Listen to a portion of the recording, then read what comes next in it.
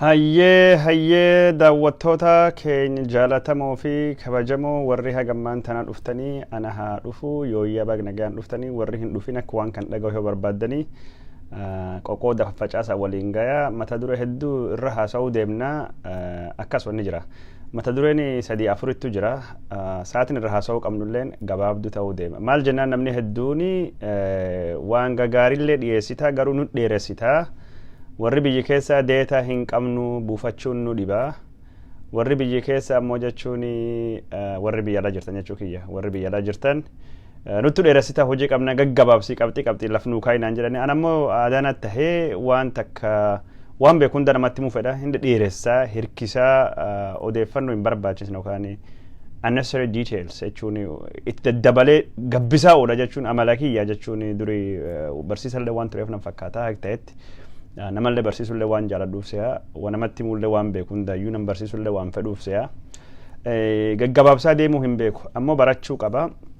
Kanaafuu gaggabaabsaa deema sa'aatii takka gaditti daqiiqaa 45tti yoo 30tti goone jenne sirbinu daqiiqaa 5 fudhatee jira daqiiqaa 25 ka gadaafachuudha. Yoo ka daqiiqaa sa'aatii takka gaditti goone akka malee bareeda nama qabxiilee dhagaanii deemaniif.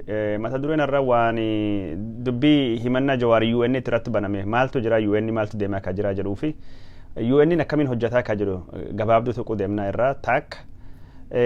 Walgeennaa yookaan ammoo walgahii Maqalee irra haasa'uu deemnaa gabaabsine lama walgeennaan sun jechuun wanni nurra haasofnuu fi Oromoon namni garachitti argame odoo hin taane fi wanni kun sila eessatti tahuu qaba maal irraa buufachuu qabdi Oromoon waan akkasii kana yookaan ammoo Oromoon waan akkasii kana dhaquu baatteen hiikan isa maali wanni gos kana sila eessatti tahuu qaba waan jedhu irra haasa'uu deemnaa.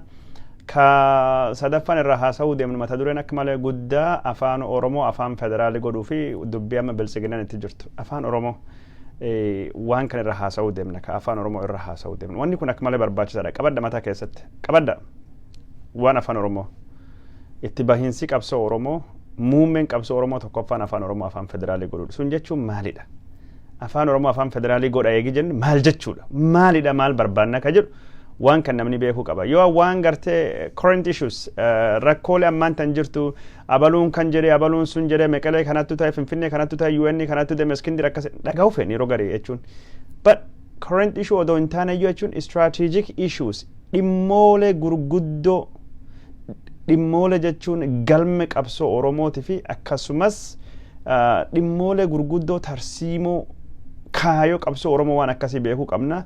Kanaaf yeroo garii jechuun falmii adda addaatiin odeeffannoo adda addaatiin qalbii keessan jechuun gabbisu qalbii nama waan kan dhageeffatu kiyyaallee dabalee allee waan kan yoo qopheessu jechuun qormaata godha waan kan yoo qopheessu itti qophaawa yoo isin dhiyeessu isinillee maal jennaan afaan Oromoo afaan federaalii godha jettanii maal jechuun amaarii isiniin jedhee nama hedduu deebisuun beeynettu jira.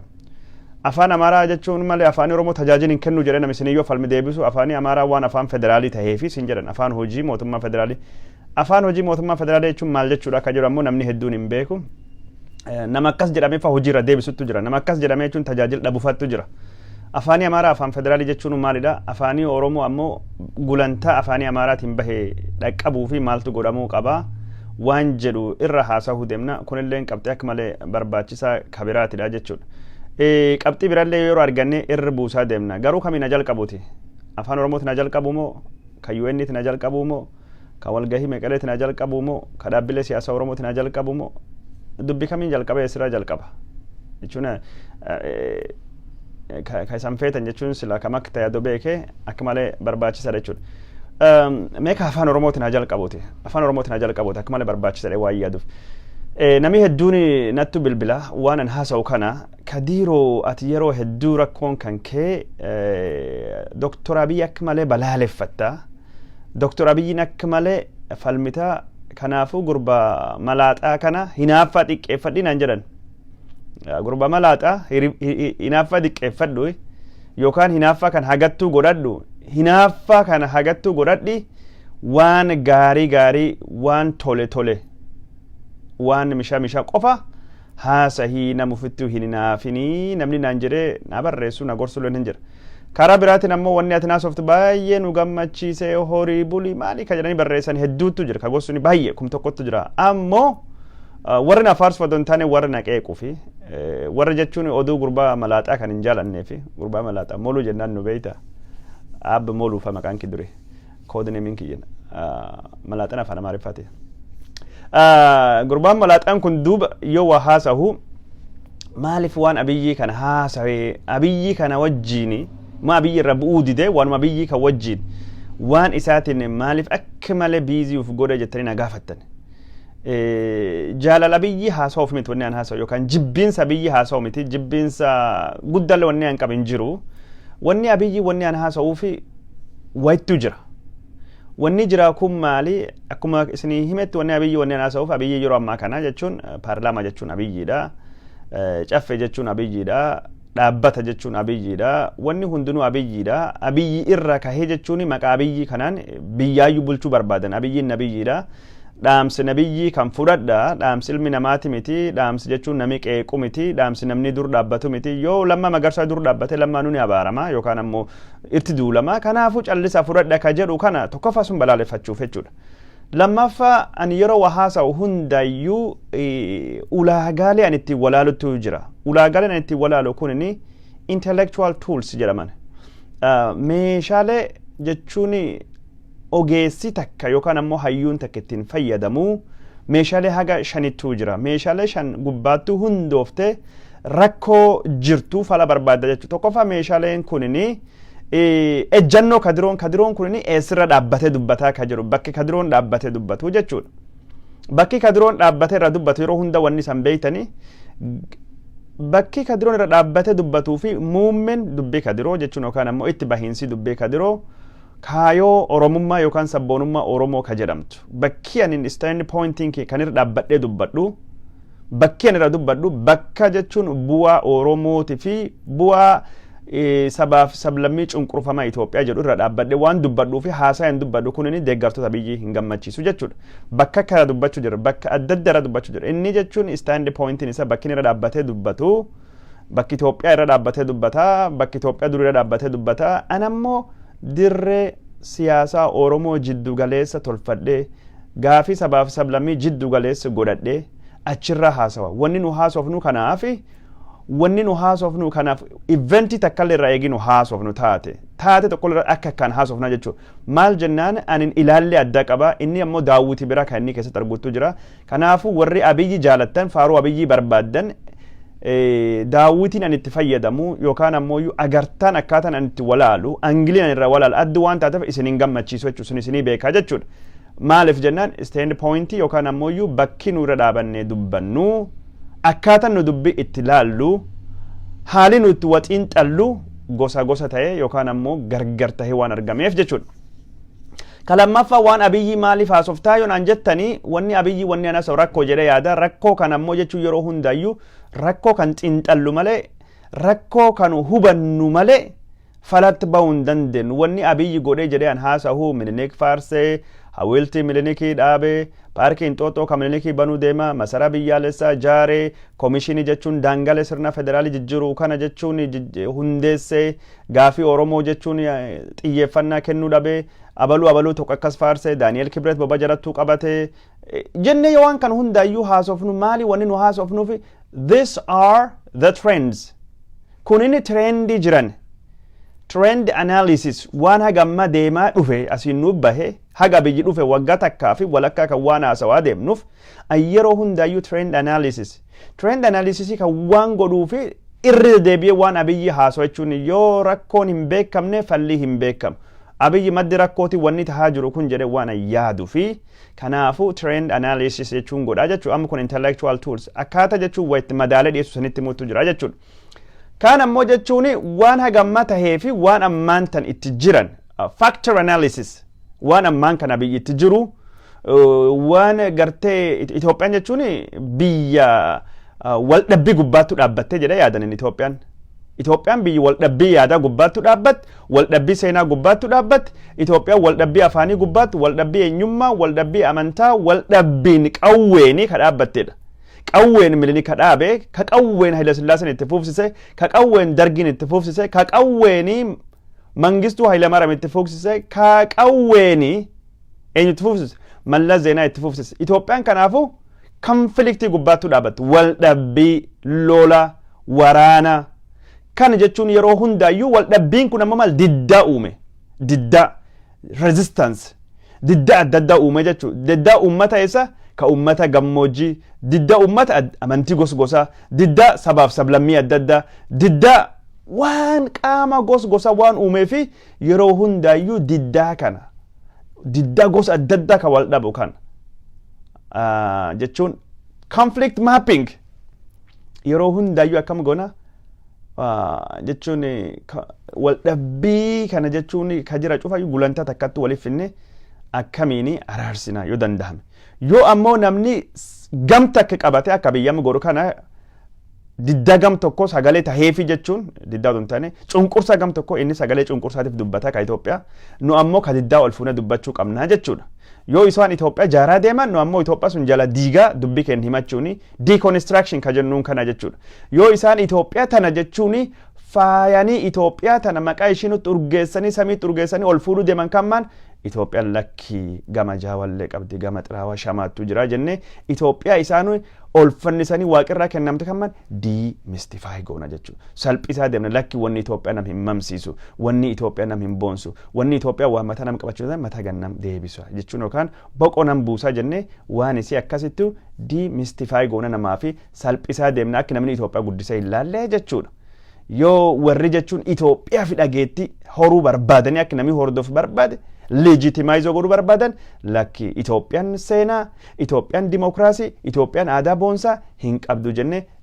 delegitimize goona jechuudha Itoophiyaa kammaan fudhatama dhabsiifna jechuudha fudhatama dhabsiisuu jechuun maaliif Itoophiyaa kan akkaataa ittiin challenge godhan jechuudha kana jechuudha eegi kan haasofneen duubatti ejjannoo kiyyi bakkirra dhaabadde bakki qabsoo Oromooti trendi jechuun waan hagamma taateewwan taatee ka abiyyiin hojjetee fi warri naannoo isaa hojjete eegii ibseen duubatti waan ammaan kan itti jirtu biyyitii kun jechuun panoramas of conflict jechuun wal dhabbii jechuun jirtu ka biyya suni minjaala gubbaatti eegii naqneen duubatti ni gorsina minjaala gubbaatti mari'adhaa marii hadhooftuun wal dhabaa qawwee malee fixadha jennaan yoo warri hin dinne ammoo jechuun yaada duri qawwee immoo ati tokko mataa gubbaatti nu baasanii faarsan intahu jenne ittiin falmuu qofa miti we gonna make it a prediction egereen biyyi kana akkasitti tahuu deemta haala amma biyyitti jiru kanaan haala siyaasan abashaa itti jiruun biyyiti sun gar waraana deemu jirti jenne prediction wani nu goonuuf biyyiti sun gar wal waraan hama haala warri qawwee itti kuufachaa jiru haala warri ummata kenna itti tuufachaa jiru haala warri itti dhaadessaa jiru jechuun yookaan itti dhaadataa jiran yoo argitu biyyiti sun garamitti deemti ka jedhu future prediction jechuun laf kenna jechuudha ni jechuun raagna jechuudha waan beeynu haga beekumsi kennatti odeeffannoo qabnu irratti hundoofne haala amma jiru qabatamaa akkasumas wantoota darban jechuun trend analysis godhuudhaan prediction goona jechuudha raagna jechuudha yookaan ammoo waan wulii dhufuu deemnu dubbii gosa himana irraa dubbanna jechuudha kadhuma ammoo jechuun maalidha intellectual tools kan keessa jechuun meeshaalee hayyoonni itti fayyadaman kan itti fayyadamu keessa kadhuma maalidha invention of alternative solution qeequu qofa miti furmaatii waan kana tahuu qaba maalidha what is a solution falli maal malli maal kanaafu maal furmaatallee kalaqaa deemna uumaa deemna invention of alternative solution or policy imaammata kana jechuun deebii kennuu dandaya fala tahuu dandaya yookaan ammoo furmaata tahuu dandaya rakkoolee Itoophiyaan rakkoolee gubbaatti hundooftan jenne rakkoo kan furuu dandaya jenne laf kennu laf kaayaa deemna jechuudha kanaaf wanni nu dubbannu ani yeroo hedduu dubbadhu ni dhageettan taate rakkoo karaa siyaasa Oromoo illee jirtuu fi falli maalaak tahee rakkoo karaa Itoophiyaatti hin jirtuu fi falli maalaak tahee yeroo hundaayyuu dubbachaa deemaa jechuu maaliif wanni an dubbadhu a policy prescription qaba maaltu tahuu qaba rakkoo qofa jechuun diagnosis jechuun rakkoo qofa haasawuu qofa don taane rakkoon kun maddii isii maali jennee eegii xiinxalleen duubatti rakkoon kun garamitti deemti eegii jennee rakkoo kan gara isiin itti deemtu laf kennen duubatti yookaan raagnen duubatti furmaatii rakkoo kana maal tahuu qabaa jennee prescription yookaan fala dhoofna jechuudha wanni nuti deemu jirru kana jechuudha rakkoon guddaan tokko nama duratti dubbachaa bahee kan akka sannaa beeytaniif yeroo hunda warri abiyyi rama dubbattaa jettan kanaaf dubbadde rakkoon guddaan takkini heera Itoophiyaa keessatti akkaataa heerii ittiin gurmaa'ee fi akkaataa jechuun Itoophiyaan wanni jedhamtu itti dhaabattee wal dhabbiittu jira yeroo ammaan tana bakka heerii jechuun waan gaarii godhee bakka heerii hanqinni qabuttu jira jechuudha hanqinni heerii qabu keessa tokkini afaan Oromoo afaan federaalii godhuu dhabuudha jechuudha. Afaan Oromoo afaan federaalii dhabuun rakkoo guddaadha biyya Itoophiyaa sun keessatti jechuudha. Waan kan qabadha jechuun mataa keessatti jechuun waa'ee afaanii haasofna tarkaanfii ODF yookaan ammoo biltsiginnaa waan afaanii gubbaatti fudhatu waan qeeqaa jirruu fi maaliif akka qeequu dubbiin kun akkamiin akka ilaalamuu qabdu warri ODP loona dhageettan taate ani jechuun barnooti kiyyini ani seera baradhee waraqaa nan barreesse jechuun afaan Oromoo afaan federaalii akkamiin tahuu qabaadha. Waan kan barreesse bara 2007 bara 2018 gubbaatti afaan Oromoo akkamiin afaan federaalii tahuu qabaa waan jedhu qoradhe jechuun an qorata jechuun waa'ee afaanii qoradha afaan addunyaa kana jechuun poolisii yookaan imaammanni afaanii tokkin afaan hojii biyya hedduu tahuu biyya adda addaa ta'u keessattuu biyya afaan hedduu dubbattu baay'ee qoradhee waan jiruu fi bakki kana jechuun ogummaallee qaba bakka kanatti muuxannoo guddaallee qaba jedhee yaada waan kana waggaa 12 oli jechuun waan an qoradhe waan an feesbuukii gubbaallee ture hedduulle durillee irra kaasee waggaa 12 dura irra kaasee waan an barreessaa ture jechuun feesbuukii dullacha jechuun bara 2008 cufeessan torba dhaabate bara 2006 dhaabate feesbuukiin keessan irratti durillee barreessaa ture ammallee barreessaa jira. Kanaaf jechuun yoo waan afaanii haasa'u callisee seetii yookaan ammoo waan na fakkaatu hin taane ogummaa irra beekumsa irra riseerchii godhe irra hayyummaa seera Itoophiyaa kan qabu waan beek irra waan dubbadhu jechuudha. Afaanii Itoophiyaan seera afaanii heerattuu jira heeri Itoophiyaattuu jira keeyyata 5 akkasumas labsii lamattu jira labsii jechuun chaartarii magaalaa Diradaawaa hundeessa fi chaartarii magaalaa Finfinnee hundeessa jechuudha. Seerii afaanii ka Itoophiyaa waan kan sadeen keessa maddan qabadda. Tokkoffaan heera jechuun mootummaan Itoophiyaa bara 1994-95 raggaasifame 94 tumame 95 raggaasifame heera jechuun mootummaan ammaan tan jiru irratti hundaa'e jechuudha. Keeyyatii 5 waa'ee afaanii dubbata. Keeyyatii kunin keeyyata 3 of jala qaba. Keeyyanni tokkoffaan maal jedha?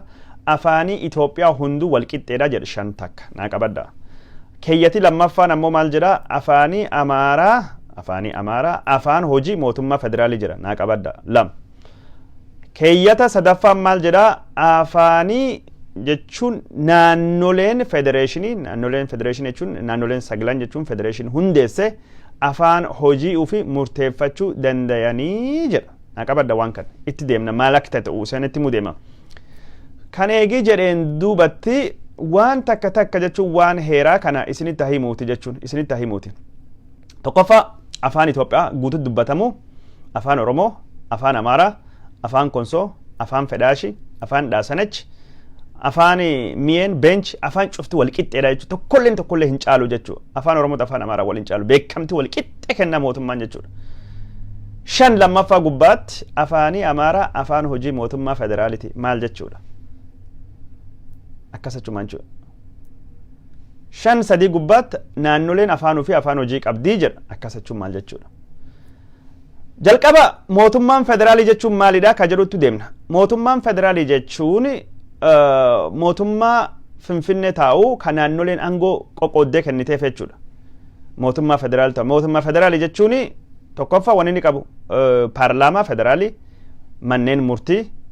manneen murtiitii fi akkasumas qaama hojii raawwachiiftuu ka mootummaa jechuudha. Ka Finfinnee jiru jechuudha. Qaamni hojii raawwachiiftuu guddaan kaabinee muummichi ministeeraati jechuudha. Sanii gaditti dhaabbilee yookaan ammoo waan adda addaa ka mootummaan dhaabettu jira. Fakkeenyaaf yoo gulantaalee mootummaa Itoophiyaa laallee jechuun koomishinii wanni jedhamin jira. Koomishinii fakkeenyaaf akka filannoo boordii filannoo achiin dubbatti ammoo jechuun qondaala ka jedhamutu jira. Akka fakkeenyaaf qondaala broadcast taanii ammoo jechuun wantoota gareetu jira. Ejensiitu jira.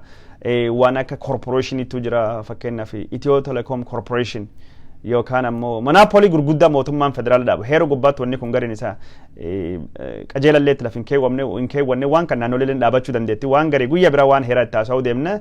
Waan gosa kana keessatti bakke kanatti mootummaan federaalii itti tajaajilamuu danda'a jechuudha. Bakke kana alatti hospitaalii Finfinnee keessa jiru tajaajila wanni uummataa kennam tokkolleen akkaataan federaalii jedhamee itti hiikamu afaan mootummaan federaalii ittiin hojjetu jechuudha. Malee wanni Finfinnee keessa jiru hunduu federaalii miti.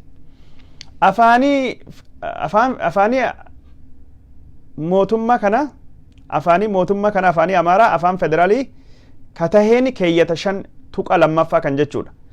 Afaanii amaaraa kanaan hin taane kun jechuun hojii mootummaa federaalii qofa. Hojii mootummaa federaalii naa qabadda. Hojii mootummaa federaalii qofaatiif malee waan biraa hin ilaaluu jechuu. Finfinnee gubbaatti heerii kun bakka hin qabachu. Finfinneen bulchiinsuuf dandeette waan taate fi Finfinnee gubbaatti bakka hin qabu jechuudha. Ka Finfinnee akkamiin tahee jettanii na gaafattanii labsii yookaan ammoo chaartarii magaalaa Finfinnee hundeessattu jira. Keeyyata chaartariin sunini chaartarii 361 bara 2003 revised charter proclamation of the Addis Ababa city government dha. Chaartarii san gubbaa keeyyata gubbaatti afaan amaariffaa afaan hojii mootummaa yookaan ammoo bulchiinsa magaalaa Finfinnee jedhaniin tahee jechuudha. Kadira dhaawaa yoo fudhattan ammoo jechuun kadira dhaawaa kan inni tahee chaartarii dira dhaawaa 416 bara 2004 chaartarii bulchiinsa magaalaa dira dhaawaa hundeesse keeyyata 5 jalattu tahee jechuudha. Kanattuu kadira dhaawaa godhee ka duratti dubbadheetu ka Finfinnee godhee malee seerii biraa heerii hin goone jechuudha. Kanaaf waan heerii hin godhen jechuudha. Ka federaalii jechuun qaamum xiqqaa kanaa jechuudha. Ammoo akkaataan federaalii kan itti hubatamu dogongora guddaatu jira. Seerii Itoophiyaa ka afaanii kanumaa jechuudha. Itoophiyaan seerii afaanii Itoophiyaa akka malee rakkoo guddaa qaba. Tokkoffaa afaanii Amaaraa afaan hojii mootummaa federaaliitidha. Na dhagaya. Afaan hojii mootummaa federaalii malee afaanii jechuun national language miti. Itoophiyaan biyya sabaa fi sablammii adda addaa waan taateef afaan takka hin dubbattu afaan 84 ka dubbattuuf beekamtii kennite akka heera keeyyata 5 gubbaatti dubbatametti afaanii Amaaraa akka afaan Itoophiyaa qofatti akka durii beekamsuun hin jiru. Kanaafuu Amaariffaan biheeraawi language yookaan ammoo national language beekuu qabdaa ka jedhu hin jiru. Afaan Oromoo saba Oromootii fi afaan biyyaalessaatidha. Afaan saba Oromootidha. Afaanii Amaaraa uummata Amaaraaf akkasidha. Afaan Tigree uummata Tigreef akkasi, ka Somaaliif akkasi, ka Sidaamaaf akkasi, ka Kambaataa fi afaan national languageidha. Afaan hundu ka saba dubbatuuti malee afaanii biyya jedhamu hin jiru. Afaanii Amaariffaa afaan hojii mootummaa federaalii qofaa jechuudha. Kan naa qabadda. Ka biraa ammoo jechuun Itoophiyaan afaan official jedhamu afaan naannoon hundi itti hojjetu hin qabu. Afaan official miti afaanii Amaariffaa a working language. Afaanii Amaaraa akka heeriitti beeku. Kanaaf yoo seera Itoophiyaa fudhannu mootummaan federaalitii fi mootummaan Finfinnee taa'u ka federaalii ka jennu ka biyyiitii fi mootummaan naannoo Oromiyaa afaan walii kan ittiin hojjetan hin qaban seerii gubbaatti hin dubbatamne. Mootummaan federaalitii fi mootummaan Somaalii afaan walii kan ittiin hojjetan hin qabu. Seerii hin dubbatu, seeriin callisa. Aadaa tahee conventionally afaan Amaaraatiin fayyadaman malee Amaariffaan official language of Ethiopia yookaan waan biraa waan hin jennee fi afaan ittiin waliin hojjetan hin jiru jechuudha. Naannoo fi mootummaan federaalii afaan hojii ka walii hin qabu. Hin qaban waan kan baraddaa waan kan qabaddaa. Kaan ammoo jechuun Oromoon federaalii gubbaa dhufee jechuun Oromoon naannoleen afaan ofii tumatanii jiran keeyyata 5 ka heera jalatti jechuun afaan Oromoo afaan hojii mootummaa naannoo Oromiyaati, ka Somaalii afaan mootummaa naannoo Somaaliiti, ka Tigrinyaan afaan Tigraayiiti, ka Hararii afaanii Harariitiif afaan Oromooti, ka ummattoota kibbaa Amaariffaadha, ka Benishangul Gumuz Amaariffaadha, ka Gambeellaa Amaariffaadha afaan hedduu waan dubbatanii fi ka Afaarii afaan Afariitidha. Ka kanattu jira. Hunduu amma fakkeenya fi naannoon Oromiyaa qunnamtii mootummaa federaalii wajjin gootu waa hunda afaan Oromootiin godhuun mirgishiitidha. Maal jennaan Oromiyaa ka bulchu heera naannoo Oromoo yookaan heera naannoo Oromiyaa dhiifamna godha.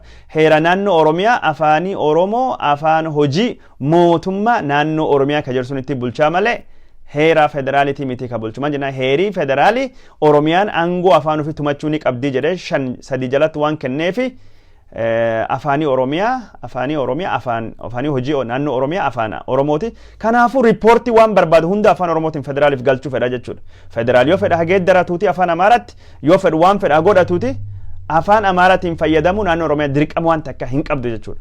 Sadarkaa kamittuu afaan Oromootiin fayyadamuu dandeenya jechuudha. Kabiraa ammoo jechuun afaan naannoleen ittiin wajjin hojjetu hin jiru. Naannoon Amaaraatii fi naannoon Oromiyaa naannoon Oromiyaatii fi uummattoonni kibbaa naannoo Oromiyaatiif naannoon Somaalii afaan kanaan hojjedha akka jedhu heerii hin jiru. Heerii duudadha. Hin dubbatu. Aadaa tahee afaan Amaarattu namni itti gargaarama. conventionally yookaan customarily afaan amaaraatti gargaaramna malee wanni heerii dubbatu yookaan ammoo heerii qulqulleessin jiru qabadha jechuudha. Argumentii isin gargaara waan kan akka isin beekaa deemtaniifi. Kabira ammoo jechuun wanni guddaan takkin ka isin beekuu qabdan afaan Ingilishii afaan hojii mootummaa federaalii tahee jira. Afaan dippiloomaasii ka guutuu addunyaa tahee jira. Afaan barnoota olaanaa ka yuunivarsiitii ka haayiskuulii tahee jira. Garuu afaan Ingilishii afaan mootummaa Itoophiyaa ammaan kana jechuun Federal Democratic Republic Itoophiyaa ammaa tan jirtu bakki hin qabu. Heerii afaan Ingilishii hin beeku, hin dubbatu. Afaan Ingilishii bakki kanatti afaan barnoota olaanoo, afaan dippiloomaasii, afaan jechuun mootummaan federaaliitiif naannolee ittiin fayyadamaa kan jiru tokkolleen hin jiru. Afaan Ingilishii garuu ta'uu hin dadhabne waan kan hundaa godhaa jira, waan Amaariffaan godhu maraa godhaa jira. Yoo afaan Ingilishii afaan Oromaa, afaan alagaa waan kan hundaa yoo argate afaan Oromoo akkamitti dhowwaa jedhee warra jechuun argumentii gos kanaa ittiin deemuttu jira jechuudha. Yoo afaan Ingilishii hin dhowwin afaan Oromaa, afaan biyyi biraa irraa dhufe afaani Oromoo afaan hojii federaalii ta'uu wanni dhowwaa hin jiru jedhee Dr. Biraanee Masqal Abbabaa Sanyii faati hayyuun seeraa wanni inni yeroo hedduu falmuuf kanaaf jechuudha. Afaani Oromoo afaan mootummaa hojii ka federaalii ta'uu danda'a odoo heeriin jijjiiramin iyyuu ka jedhu. Labsiin qofti ka waan kana jechuun imaammataa fi akkasumas poolisii afaanii baasee jechuun karaa agarsiisu bahee jennaan hojii irra ooluu danda'a jedhe Dr. Biraanee Masqal Sanyii faati waan gos kana haasawanii jechuudha. Wanni nu jechuu barbaanne kana jechuudha. Itoophiyaan language planning and policy karoora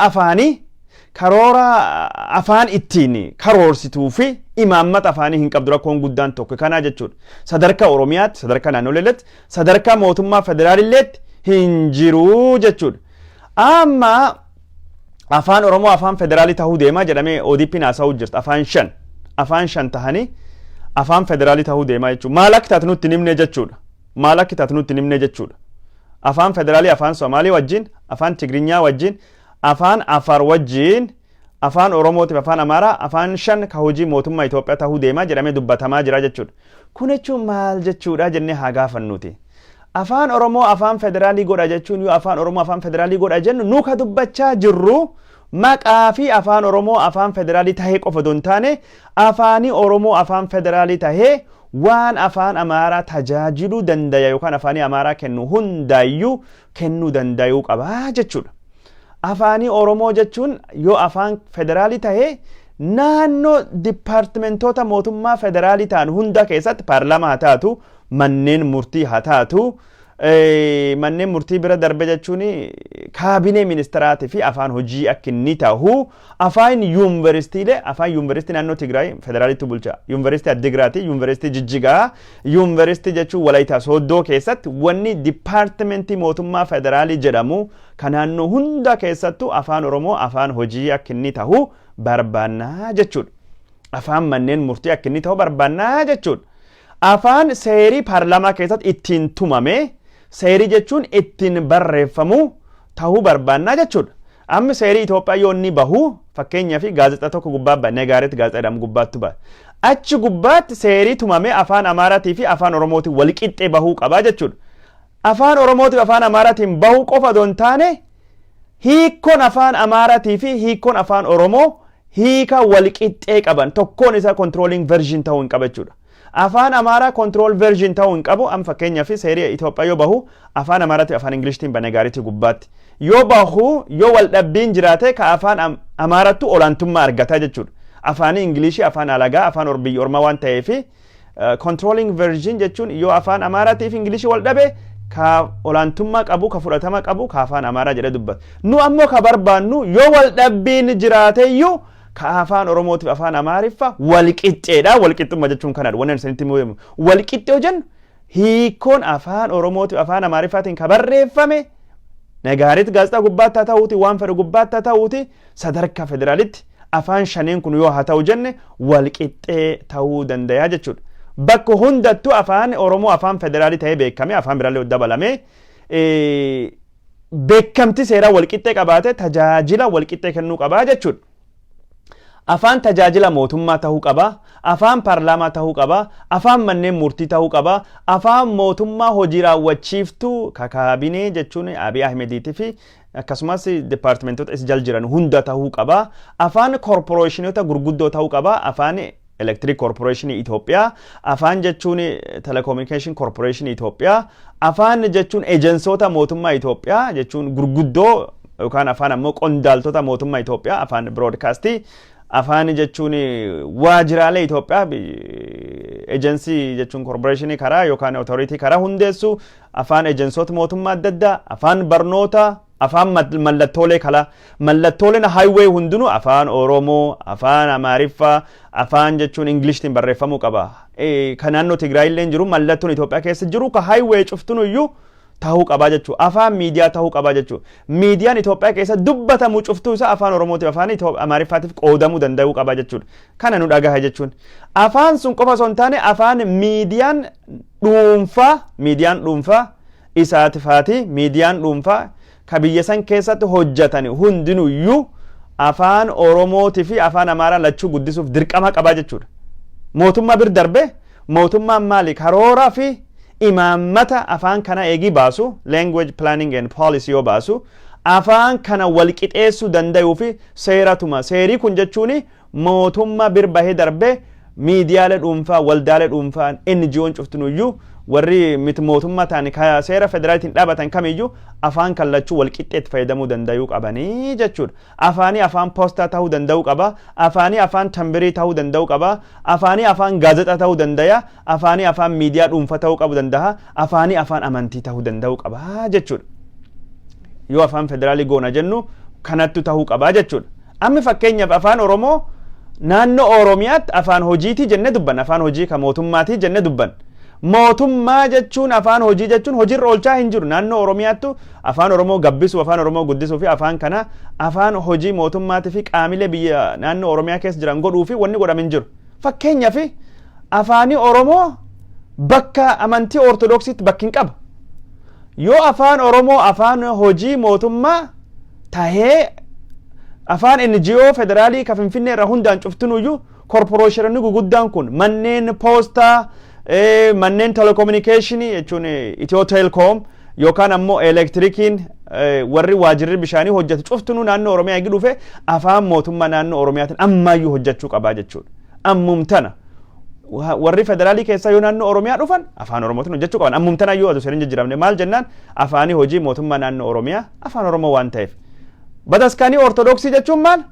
Afaan Oromootiin hojjechuu qabaa jechuudha.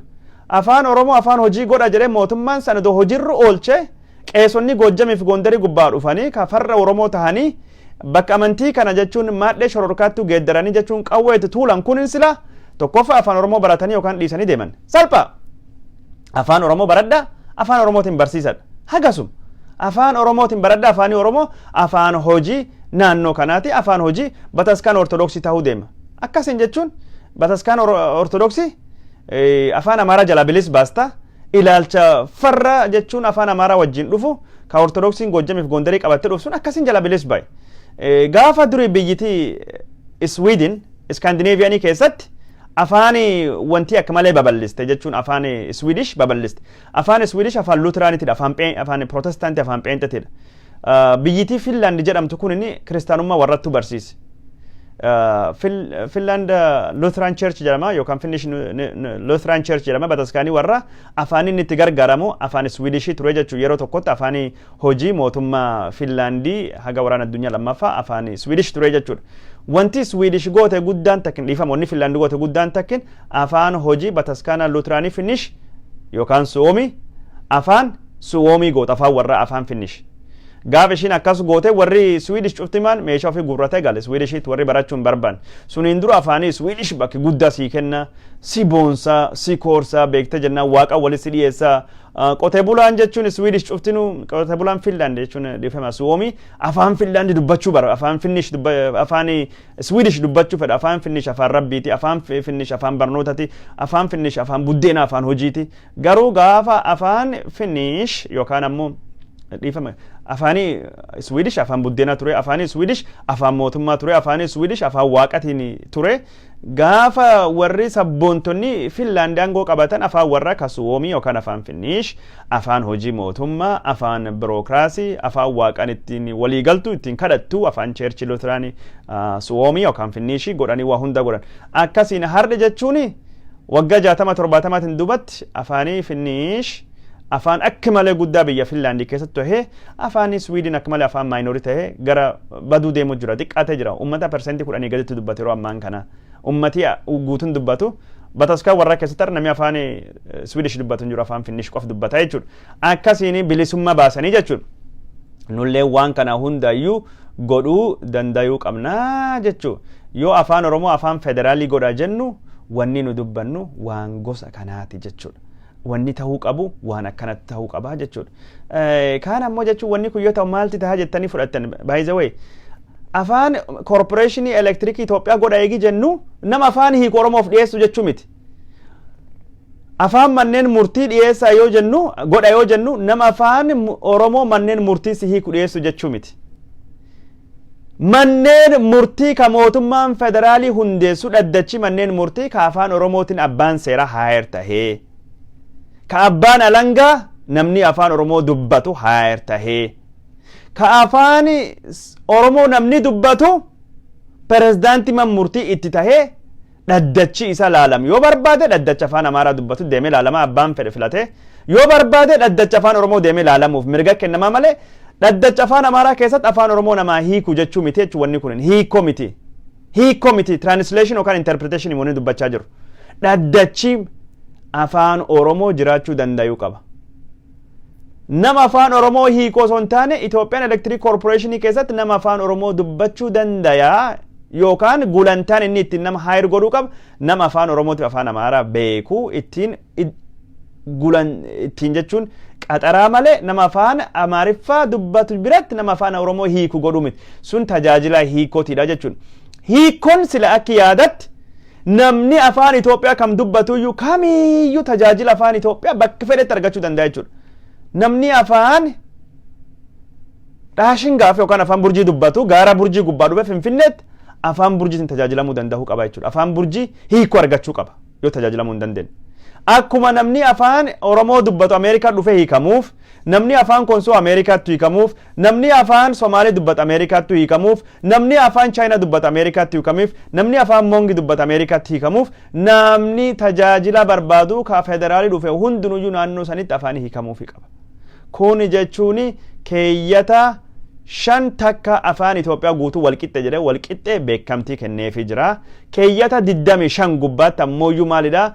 Right to equality of all persons before the law. Namni hundu seera duratti walqixxe jechuun tajaajila seeraan argamu duralleetti walqixxe ta'uu qaba jechuudha. Tajaajila seerii kennu duratti walqixxe ta'uu danda'a jechuudha. Entitled without any discrimination. Equality kun jechuun proclamation kun akka malee dhiifama. Keeyyata 25 akka malee barbaachisaadha seera Itoophiyaa keessatti. Namni tokkini sabummaa isarra kan kahe, bakki dhaloota isarra kan kahe, bifa isarra kan kahe, saala isarra kan kahe, afaan isarra kan kahe, amantii isarra kan kahe, ilaalchi siyaasaa isarra kan kahe yookaan ilaalchi biraarra kan kahe, qabeenyi qabaachuuf dhabuu irra kan kahe, bakki dhaloota irra waanum fedheefiyyuu loogiin yookaan dabni gos kamiirratti hin dhaqqabu jechuudha. Namni afaan Amaaraa dubbatuu fi namni afaan Oromoo dubbatu walqixxe maal tajaajila argachuu danda'uu qaba jechuudha. Bakki fedhe Finfinnee haa ta'uuti bakki fedhe dhufe walqixxe tajaajilamuu danda'uu qaba. Amma jechuun warra Oromoo ka Finfinnee dhufanii waraqaa eenyummaa gaafatan Amaariffa afaan beeraawudha dubbatan mala jedhanii ari'an. Kun dogongora. Amaariffaan tokkoffaa beeraawii miti. Afaan hojiiti. Garuu namni afaan biraa dubbatu tajaajila hin argatu. Mootummaan ammum kanayyuu hiika afaanii yookaan turjumaana dhiyeessa fi tajaajiluu danda'uun dirqama mootummaa ta'uu danda'a jechuudha. Seera Ameerikaatti jechuun fakkeenya proclamationitu jira. Amendment 14 jedhama. Equality before the law jechuudha. Amendment 14 kanattu hiikan isaa jijjiirame. Mirgi guddaan jechuun immigrantiif kenname. Mirgi afaanii hiikuu yookaan tajaajila afaan keetiin argachuu Ameerikaan jechuun afaan hojii mootummaa hin qabu, mootummaan federaalii. Mootummaan naannolee jechuun isteetii 36 afaan hojii kan naannoo fi qabanii, kan isteetuu fi qabanii. Haa taatu malee namni afaan kamiyyuu dubbatu addunyaa kamii gubbaa dhufe Ameerikaatti ni tajaajila.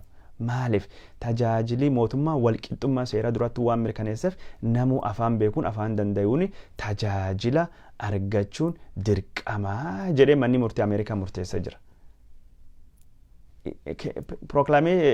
Amendmentii 14 gubbaattu jira jechuudha. The 14th Amendment. Amendment 40 sunii fi keeyyata 25 kan Itoophiyaa wal fakkaata. Namni afaan Itoophiyaa dubbata kamiyyuu tajaajila afaan kamiinuu yoo dhufee gaafate hiikoon afaan isaa hiikamee fi tajaajila argachuu danda'u qaba jechuudha. Wanni afaanii kanaa jechuudha dubban. Wanni afaanii kanaa jechuudha. Kaan ammoo wata kalama wanni sirreeffamuu qabu. Kunin dirqama mootummaa federaalii gubbaatti buusaa jira malee sabni biraa dirqama afaan Oromoo barataa jechuu miti. Dirqama jechuun official language jennu warra mootummaa kan ittiin hojjetu tajaajila dhiyeessii tajaajila ummata warra serve godhan warra ummata tajaajilan. Jechuun afaanii jechuun tajaajila meeshaa tajaajilatti mootummaadha kan inni gubbaatti dirqama godhu malee namni jechuun afaan Oromoo dirqamee barataa naannoon Amaaraa dirqamtee afaan Oromoo baratti naannoon biraa dirqamtee akkas taate jechuu miti kun qulqullaa'uu danda'u qaba jechuudha. Sunin adeemsi biraatiin kan hojii irra oolu jechuudha. Dirqami jechuun afaanii hojii mootummaa fi ummata jidduutti hariiroo uumaa malee ummataa fi ummata jidduutti horizontal relationship and vertical relationship dirqama mootummaa gubbaatti uuma ka tajaajil dhiyeessu afaan suniini ka seera labsu afaan akkasiitini jedhee ka dirqama mootummaati namni hedduun waan dirqame afaan Oromoo baratu itti fakkaata jechuudha. Kaan ammoo jechuun afaan mootummaa dira dhaawaa ammum kana mootummaan jijjiiruu danda'a jechuudha. Proclamationiin mootummaa dira dhaawaa hundeesse charteriin sunini yookaan labsiin 416 sun keeyyata 5 jalattu afaanii Amaaraa afaan hojii mootummaa dira dhaawaa jedha. Kun ammum kana jijjiiramuu qaba. Afaan Oromoo tahuu qaba. Afaan Somaaliitti dabalamuu qaba. Ammum kanaayyuu jechuun kun waan salphaadha. Labsiidha labsi paarlaamantu jijjiira. Abiyyi fedhii hin qabu malee dandeettii hin qaba kan. Ka Finfinnee illee jechuun labsiin Finfinnee fakkeenyaa fi charteriin Finfinnee hundeessa 361 haaluma salphaanii afaan kan jijjiiruu dandayaa ture jechuudha. Afaan kana jijjiiruu dandayaa ture jechuudha. Keeyyata 6 qofa jijjiiruudha. Afaanii Amaaraa afaan hojii mootummaa Finfinnee ka jedhu kana afaan Oromootti dabaluudha jechuudha.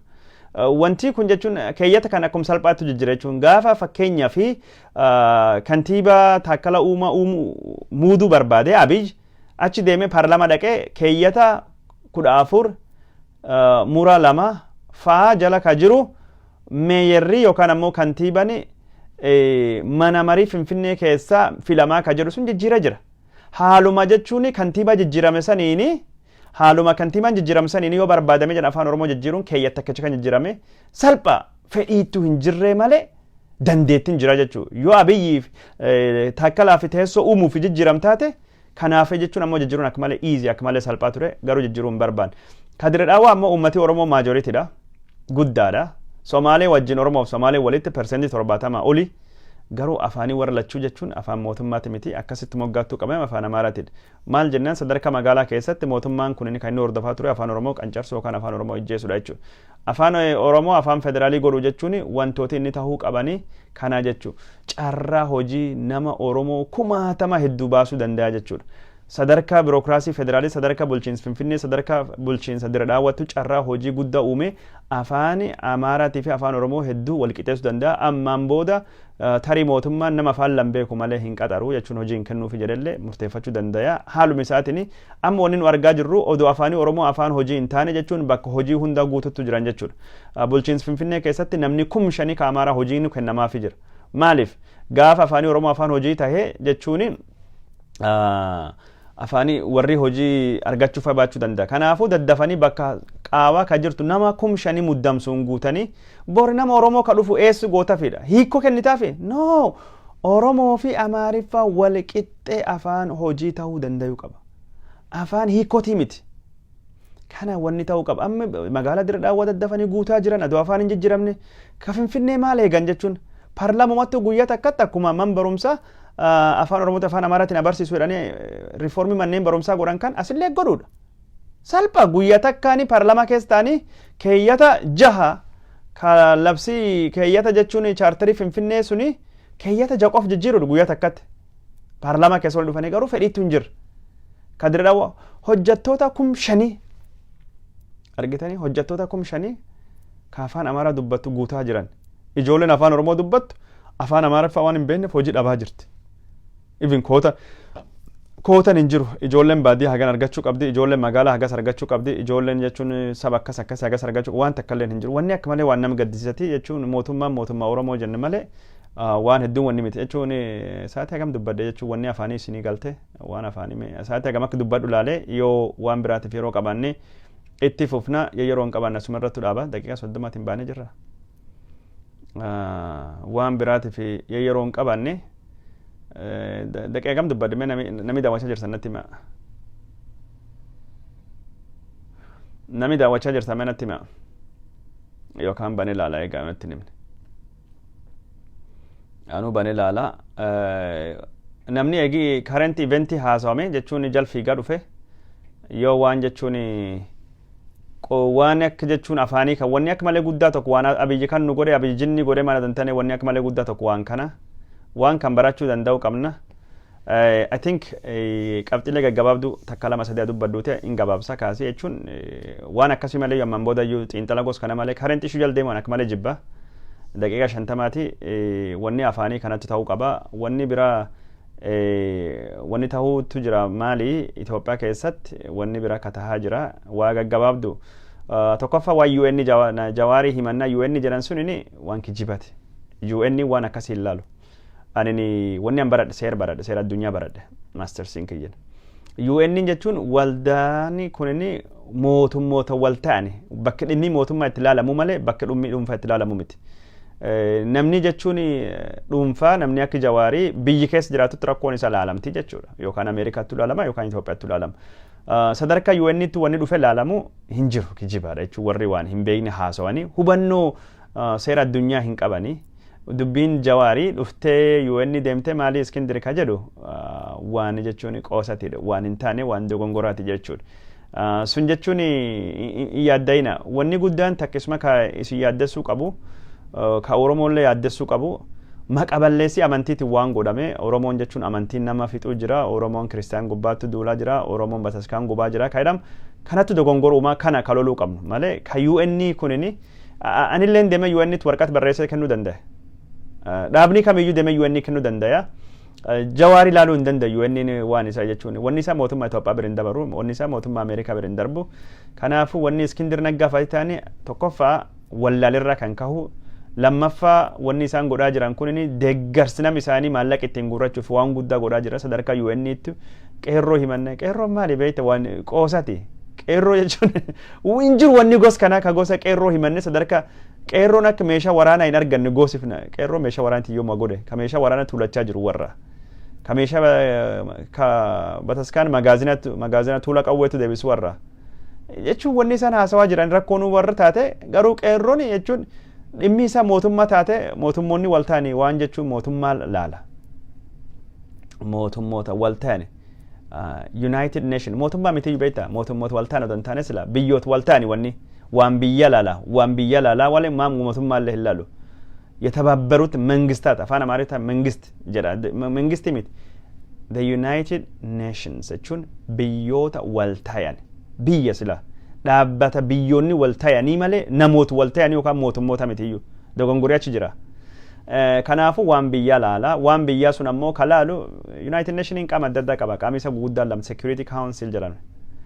jechuun man marii nagayaatii fi akkasumas gumii waliigalaa General Assembly dha waan kana wanni wada dabarsu General Assembly wanni ni dabarsu recommendation dha gorsi malee poolisii hin qabu waraan hin qabu waan tokko godhuu hin danda'u manneen murtii hin qabu ka wada dabarsa jechuun tarkaanfii fudhachuu danda'a warra Security Council kana jechuun mana marii nagayaa ka jedhamu kana warra veto qabanii dimtsiin bedimtsi mashaara michulu tachuun yookaan sagalee fudhatama dhabsuu danda'an shanii fi miseensa 10tu jira rotating ka yeroo jijjiirama warra kanatti 15 san keessa warri veto takki jechuun didee jenna waan tokko hin taatu waan gos kanatti hin dhiyaanne waan gos kanaayyuu hin beekanii warri tokkoffaa wallaalirraa naaf fakkaata lammaffaa jechuun odoo beekanii yookaan ammoo namni isaanii ittiin dammaqsuu fi nu guddannee jirra sadarkaa UN'tiin baanee sadarkaa akkasii deemne akkas godhanne akkas ololaaf waan barbaadan malee waan faayidaa waan takka qabu miti.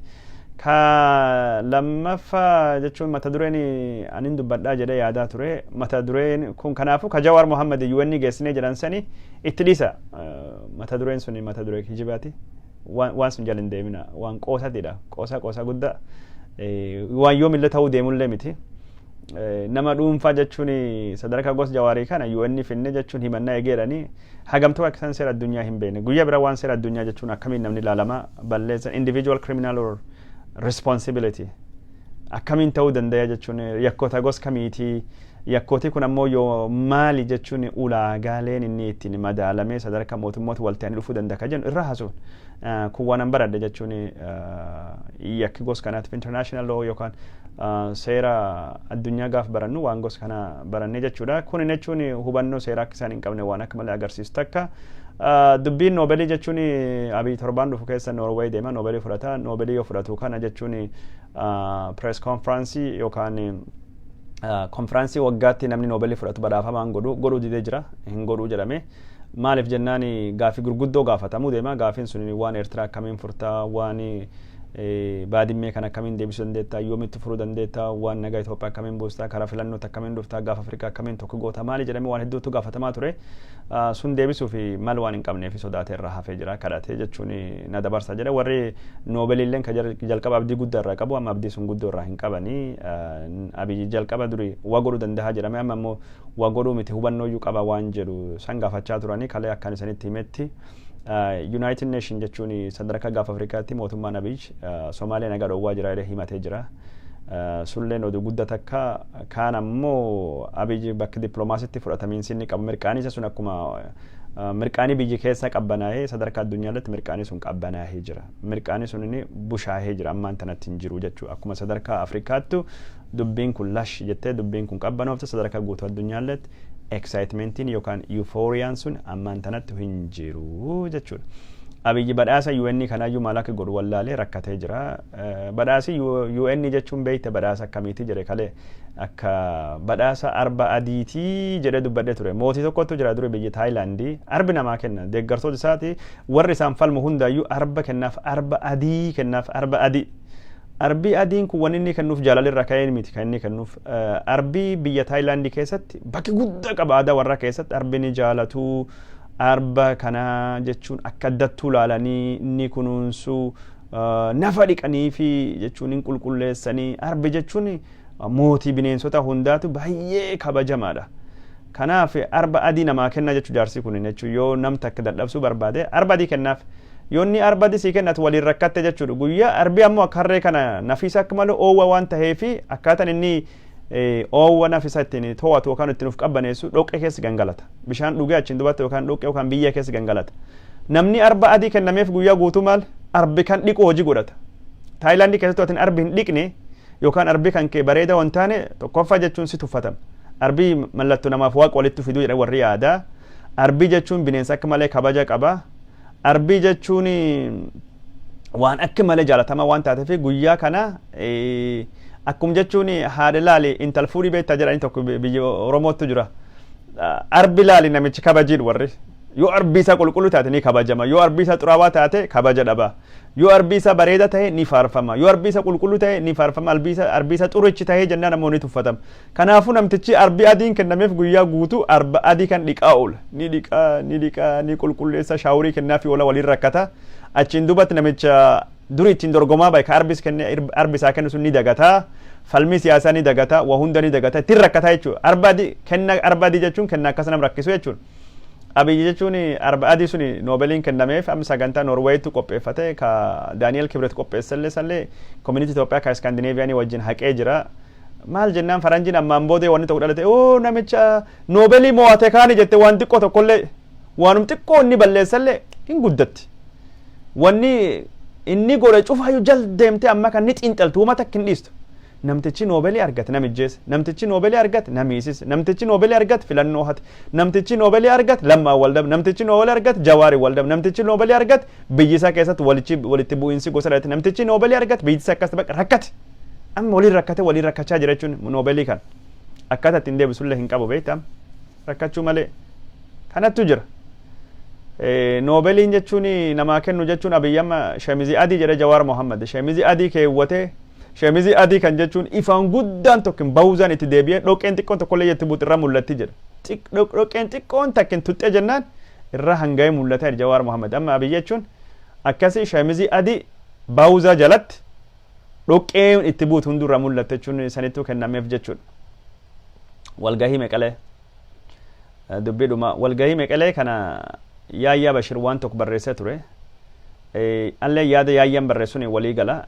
Walgayii Maqalee kunini achitti namni hedduun maaliif Isqeel deeme maaliif kafaa'uun hin deemini maaliif abaa'uun hin deeminidha. Wanni guddoon sanii miti. Walgayii Maqalee kun sila Maqalee miti Finfinnee ta'uu qaba. Federaalistii Oromootti walitti qabuu qaba. Nu siyaasa Itoophiyaallee keessatti siyaasa Oromoo walitti deebisnee siyaasa Itoophiyaa keessatti bakki nu malta argachuu fi mootummaa alallee Oromoon jechuun qobsomirraa kan ka'e wareegama qabsoo kanaaf kaffallee baay'inni lakkoofsi kenna dhageettii addunyaa ka qabnu waan kan hundaayyuu nutti walitti qabuu deemaa jechuudha. Sila akkas ta'uu qaba. David Sheeniin kun David Sheen nam jedhamu tokkotu ture ambaasaadara Itoophiyaa Ameerikaa kan Itoophiyaa ture. Kitaaba barreessee ture beektaa David Sheen. Kitaabinni barreessu kan keessatti David Sheen mammaaksi Somaalee tokko barreesse. Somaalee waan jettu jedha gaara tahii yookaan gaarattu hirkadhu jedha mammaaksi warra gaara tahii yookaan gaarattu hirkadhu. Afaan Ingilishtiin be a mountain or lean on one. Gaara tahii yookaan gaarattu hirkadhii jedha. Nu ammi jechuun wanni nu tahuu qabnu gaara tahuu qabna. Ijaaramnee mataa kenna yoo nu gaara taane hirkoo namoota bira taane namni bira nutti hirkata jechuudha. Oromoo yeroo hunda nam birattu hirkachuun kun hin barbaachisu. Wanni nu Maqalee deemnuuf, wanni nu Adeet deemnuuf, wanni nu bakki biraa gandi nafxanyaa deemnuuf rakkoon guddaan tokko Oromoon uf ijaartee ofirratti hirkachuun yoo qabsoon Oromoo kun waggaa 27 kan isin hin barsiisi yoomillee akka isin baratan hin beeku.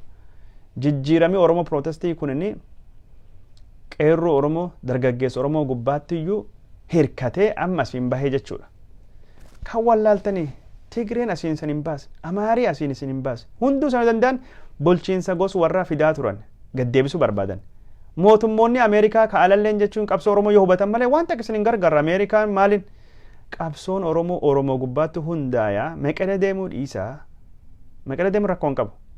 Garuu Finfinneetti, Adaamaatti, Asallaatti, Shaashamanneetti biyya Oromoo gubbaatti warra nu barbaadu ka gosa nu barbaadu nu ijaaranna. Dorgommii kan keessa hin dhabamina. Qabsoon Oromoo firii isiman Oromoon guddaadha gaara taana warri bira nutti hirkatuuti. Warri bira nutti hirkatuuti malee Maqalee eega ol qabanne eega jechuun mirmirsaa akka saree nam jal fiigu. Warrum kale nu ijjeesse kale nu hidhe federaalistiin. Dhiyaa dhuga federaalistii waan gariitu walii galla. Garuu ammoo warri nu ijaaruu fi nu hoogganuu fi mooraalii waan takkaa hin qaban. Warri kun kale warri nu hidhaa waan hedduu godhaa bahe. Isaan jala isaantu nutti dhufe araaram nu gaafate nu jalattu gurmaahee dhugaa keessan isinii beekne jirra waan durii darbe balleessa bir nu darba jedhe akkasitti ittiin deemuu qabaa malee nu warratti deemne warra kadhachuu hin qabnu. Kanaafuu nuttu gaara tahuu danda'a. Warri biraa jechuun ammoo nutti hirkachuu qabani. Akka jechuun hangafummaa kuushii qabnutti akka waan adda addaa qabnutti nuttu waan kan godhuu danda'a jechuudha. We have to be a mountain and they have to lean on us. Nu gaara taane warri nutti hirkachuu danda'uu qaban jechuudha. Wanni nu ittiin deemuu qabnu, wanni nu godhuu dandeenyu kana jechuudha. Siyaasaan Oromoo jechuun qabsoo Oromootiin asiin bahe kan beekuu qabnu. ODP illee beektaa rakkoon siyaasaa Oromoo jechuun Oromoon ummata ofirratti malee waan biraarratti hirkatu hin qabneedha. Kan wallaaludha. Ofirratti hirkanna qeerroo Oromootti asiin nu baas malee waan biraati miti. Gargaarsi jechuun Ameerikaati miti, Ingilizaati miti, Jarmanii miti, Raashaa miti, Chaayinaa miti, Misrii miti, Eertiraa miti, fagoo yuma deemtan, Suudanii miti. Qeerroo Oromoo ka addunyaanuu waliin beekne jechuun addunyaa jechuun dippiloomaasii uummate ka meeshaa waraanaa kadhate lolee miti. Ka karaa nagaatiin karaatti baay'ee waan jedhu. ODP'n jechuun rakkoon ODP'n qabdu, Biltsiginnaan qabdu, dependency syndrome jedhama. Hirkattummaadha jechuun yeroo cufaayyuu parasitic dhaabni ODP jedhamu dhaabni Oromoo kabiyyi keessa jalqaballee maxxannee wayyaanetu maxxannee wayyaanetu adeetitu dhaabate wayyaanetu rarraati wayyaanetu maxxanti. Ammaan tan nafxanyaattu rarraati nafxanyaattu maxxanti. Ummatu fi hirkoo godhattee ummata Oromoo gaara gootee ijaartee ummata Oromoo irratti hirkattee qeerroo Oromoo cima jaba kanatti hirkattee Oromoo warri biraa immoo akka Oromoo gubbaatti hirkatu. Oromoo warri gaara Oromoo jedhama kan ijaaranii akka warri biraa nutti hirkatan adon taane takka nafxanyaa gubbaatti hirkachuu takka wayyaanee gubbaatti hirkachuu adeetitti rakkoon dependency syndrome kanirraa dependency syndrome kanirraa yaada maxxannee yaada jechuun uf dandayuu dhabu yeroo hunda gargaarsa laa abiyyam rakkoon isaa kana beekta gooftani Opidio wayyaanee gooftan ODP maal jedhe Jawaar Muhammad nafxanya jedhe akkas ta'ee jira yookaan addunyaatti noobelii na badhaase yookaan yaad meddamarii Israa'eelitti na jaalate Ameerikaatti na jaalate Ingilizatti na jaalate yookaan Habashaatti waan kan jaalata jedhe yaad malee Oromootti na jaalate qeerrootti na jaalate dhenaa sawatu maaliif it's the mindset of dependent yaa asammu maxxanneetidha kan isaan qaban dependency syndrome maxxanneen ummatu fittu jechuun yeroo hunda maxxanee ummati ki wanaa buusu wanaa godhuu danda'a jedheen amanu odoo ummati isaan gooletis fide maxxanneen akkinitti dhalatu gubbaa parasitic waan ta'ee uumamee fi parasite yeroo hunda yuuf danda'a jiraadha jettee yaaddu odoof danda'ee jiraachuu baatte illee kana rakkoon ilaalchi maxxannummaa yookaan dependency syndrome dhukkuba waan tokkotti rarraa'u waan biraatti maxxanuu waan biraatti irkoo yeroo hunda barbaadachuu takka Oromoon dhiisuu qabdi. Oromoon jechuun wal ijaarratee wal tumsee irkoo wal godhachuu danda'uu qaba. Kan wal ijaaree wal tumsee if you make yourself a mountain others will come and lean on you. Others will come and ask for your support. Others will rally around you. Wanni Oromoon ta'uu danda'uu qabu kan waan daawwattaniif hordoftaniif hedduu galatooma horaa bulaa nagaatti kaarraa sumatti gabaabsu.